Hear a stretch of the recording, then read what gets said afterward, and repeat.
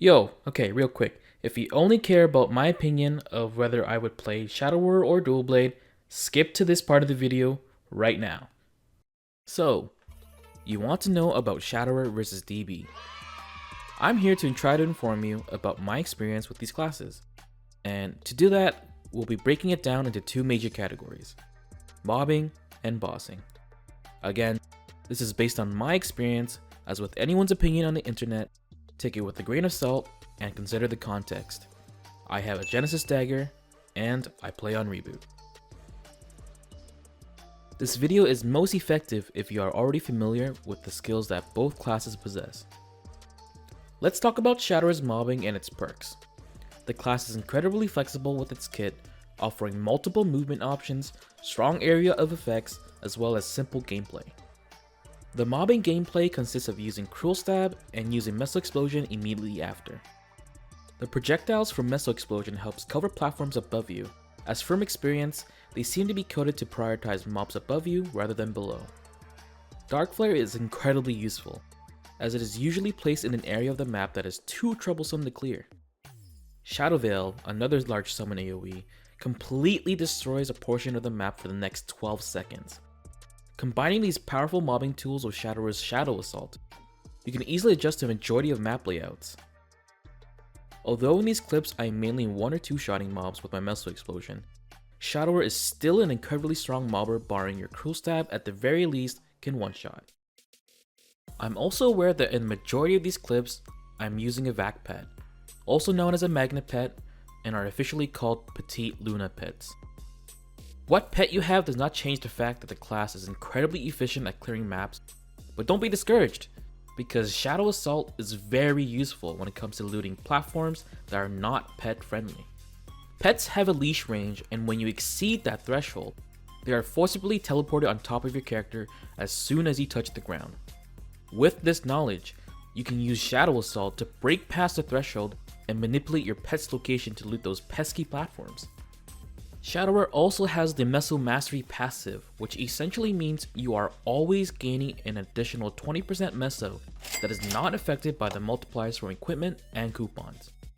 This by default allows Shadower to be the class that has the best Meso rates, as the classes that outperform Shadower in mobbing cannot clear more mobs in the same amount of time to surpass Shadower's Meso rates. Finally, Shadower's mobbing does see some improvements from cooldown hats to lower the cooldown of your Trick Blade. However, there are some maps where Trick Blade can be seen as a skill that contributes to lowering your kill rate. This is because Trick Blade's mob tracking favors mobs below you, and there aren't very many times where you are dealing with mobs below you. Additionally, Shadow Formation at times can also lower your kill rate, as it does not generate any coins when dealing damage or killing any mobs. In map layouts where your Meso Explosion is integral to your map clearing ability, not having coins being generated is a huge loss. Although Shadower does have cooldowns that contribute to their overall mobbing, Cruel Stab and Meso Explosion are the core components. So now that we have a base understanding of why Shadower's mobbing is well regarded, let's now move on to Dual Blade's mobbing.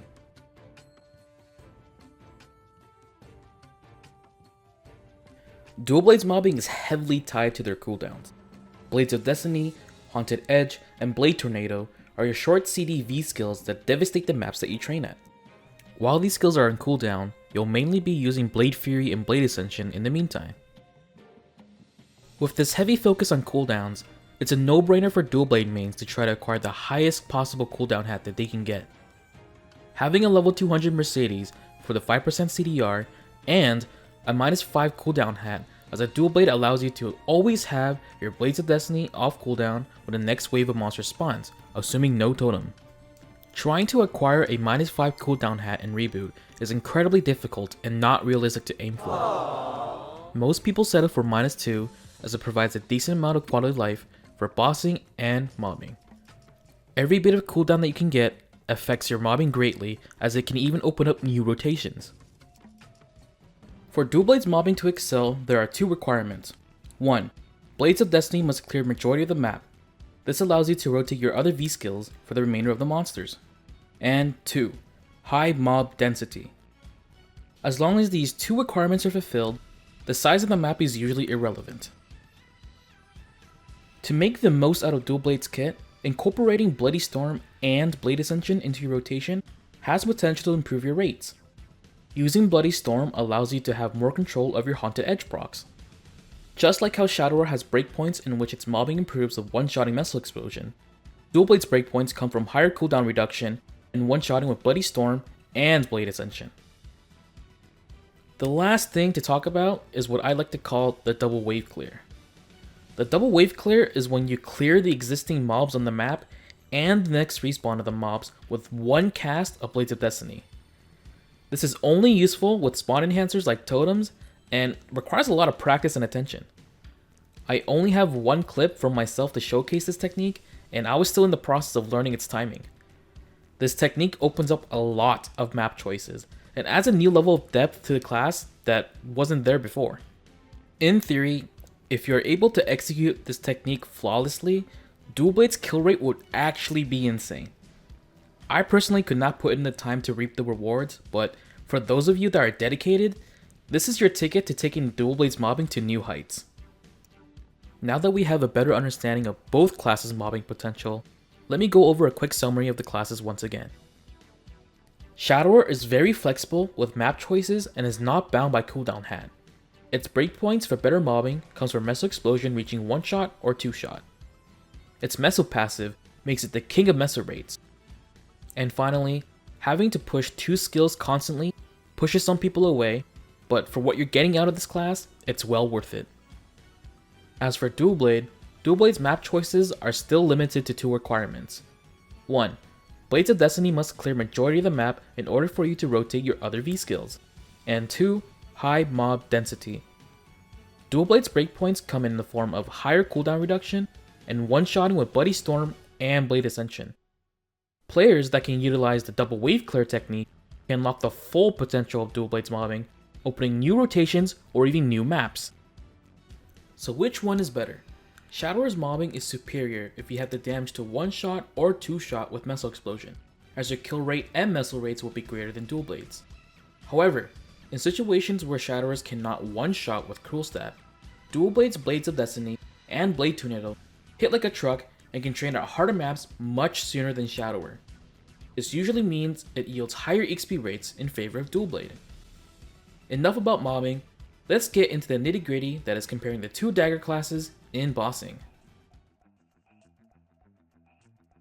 I mentioned that Shadower's mobbing required you to constantly use 2 skills. This is even more true for bossing. In order to output Shadower's maximum damage potential, it is important to learn how to animation cancel Assassinate with Missile Explosion.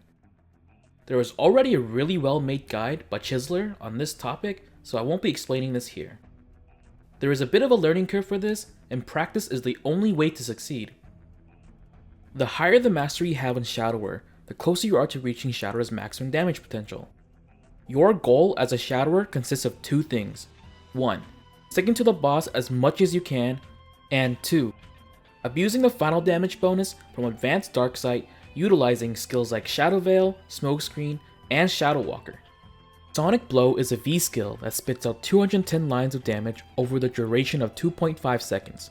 During this skill, you are locked in place. However, you may use Trick Blade or Shadow Assault at any point during the skill to cancel out of the skill. The cooldown of Sonic Blow will partially be refunded.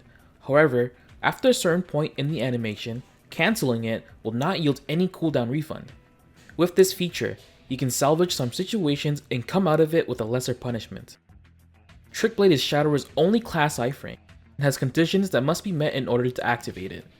Despite this weakness of Shadower is actually the only weakness of the class in my opinion. Shadower has an insane amount of options to deal with boss mechanics, and although Steel may be useless in some bosses, it's incredibly powerful in bosses like Dark Knell and Guardian Angel Slime. Your V skills also have 100% IAD, however, Shadower gains much more damage from acquiring more sources of IAD in comparison to Dual Blade, due to the difference in damage distribution between the classes. Combining all the perks that Shadower has, including the super stance from Assassinate, and its huge arsenal of instant repositioning skills and high uptime in Darksight state, Shadower is an amazing solo class. Its only party utility is Smokescreen, which is extremely niche. Shadower only brings damage to the table in parties, but with the right hand, its damage is nothing to scoff at. And finally, the class does gain benefits from Oz Rings, ideally swapping between Ring of Restraint and Weapon Jump Luck, but even without Oz Rings, the class is simply just a monster. So what's the TLDR? Shadower's damage comes from how good your damage uptime is on bosses, the class's burst is weaker in comparison to Dual Blade, but should be recognized as a consistent damage dealing class instead. If you have low mastery and poor familiarity with bosses, Shadower will be outshined by Dual Blade leaps and bounds. Shadower is the best Darkside abuser out of the Explorer Thieves and can simply trivialize bosses like Lotus and Gloom. The ability to cancel out a Sonic Blow gives the class insane flexibility and allows players to really show off their mechanics and game knowledge. Although it only has one conditional iframe, its insane movement options are a huge reason as to why Shadower has really good survivability.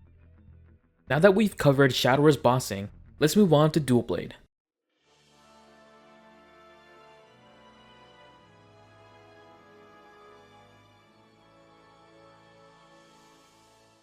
As I mentioned before about Dual Blade's mobbing, the class is always casting the bread and butter combo, Blade Tornado and Blades of Destiny. These low cooldown skills are packed with damage, allowing the class to deal its potential damage output very easily. With how easy it is to dish out damage, it is very punishing to whiff these abilities. While there are situations where it's inevitable, lowering the opportunities it happens due to user error is integral. This is the staple plug-and-play class with incredibly easy to understand skills. Dual Blade is hands down the best solo class in the game when using Mirror Target. Mirror Target enables the player to have insane damage uptime as it allows you to ignore certain boss interactions and patterns.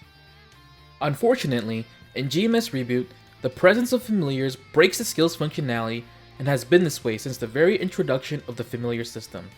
Please fix Nexon. Your goals as a Dual Blade are similar in nature to Shadower, however, there are a few more things on the list. 1. You must guarantee your Blade Tempest and Asura deal with a full channel damage. 2. You must always upkeep your Final Cut buff. 3. You should be using Flashbang before every Blade Tempest. 4. You should always be trying to get 86 ticks off of Blade Tornado off cooldown. And 5.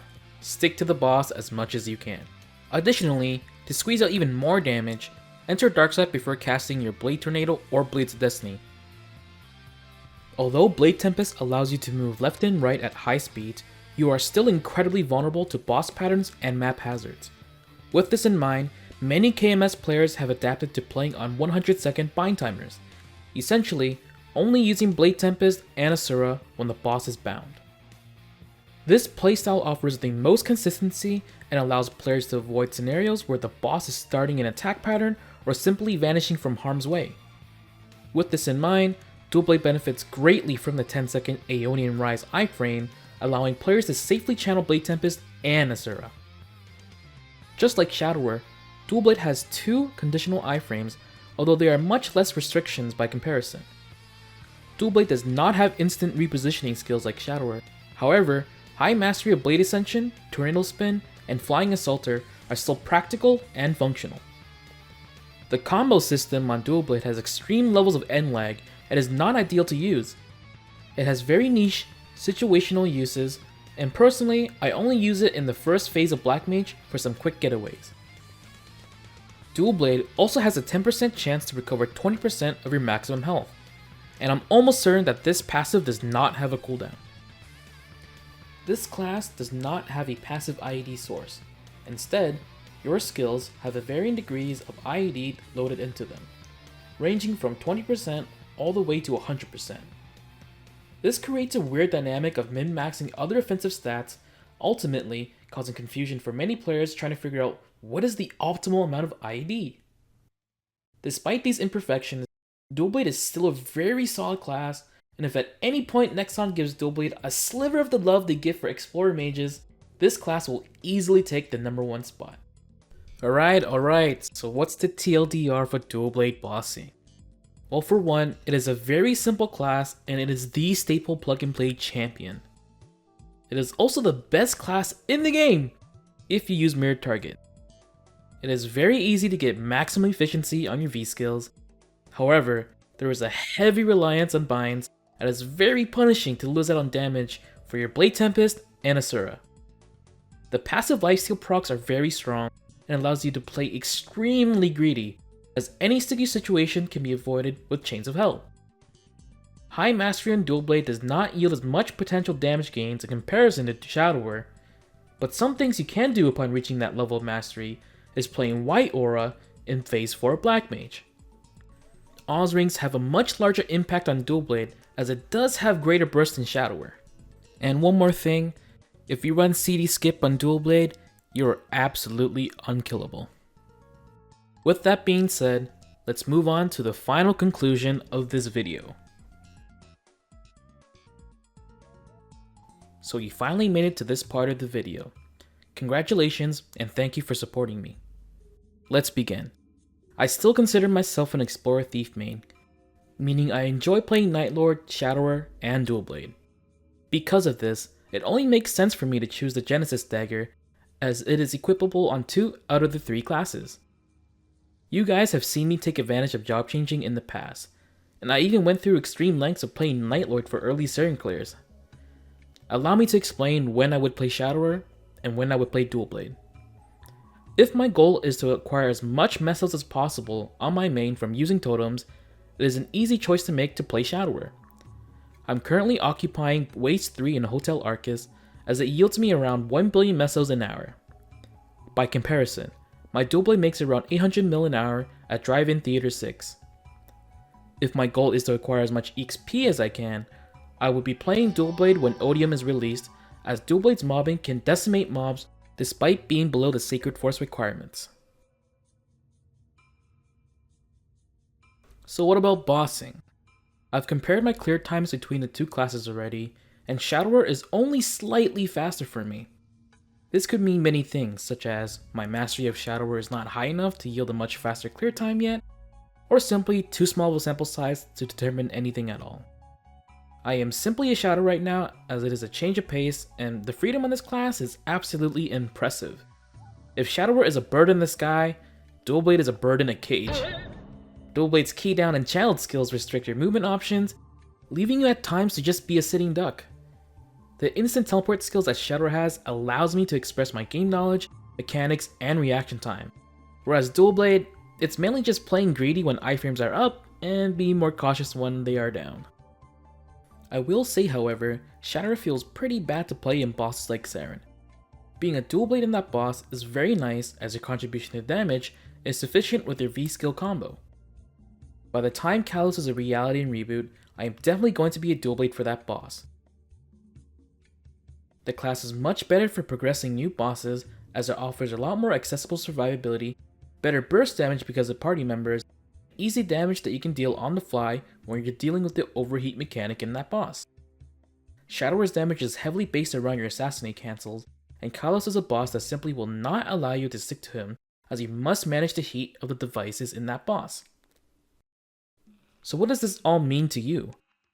Essentially, either play the class that helps you achieve your goals, or simply remember it's a video game and the class that brings you the most joy is the best choice. I've reaped the rewards of all 3 classes in my Maple career, from farming as a Nightlord to 250 to fund my Kana farmer, to leveling to 275 as a Shadower for larger Meso rates, and leveling to 280 as a Dual Blade in the early days of Burning Cernium and Hotel Arcus. I hope this video was able to give you some insight about these 2 classes, and I apologize for not being able to make this video more concise. I had a lot of fun making this video, and I look forward to creating more. I'm getting busier with my life, but I hope you guys still stick around to see what I have in store. Thank you guys for watching. Please like, subscribe, and follow my livestream at twitch.tv/stummy. Thanks.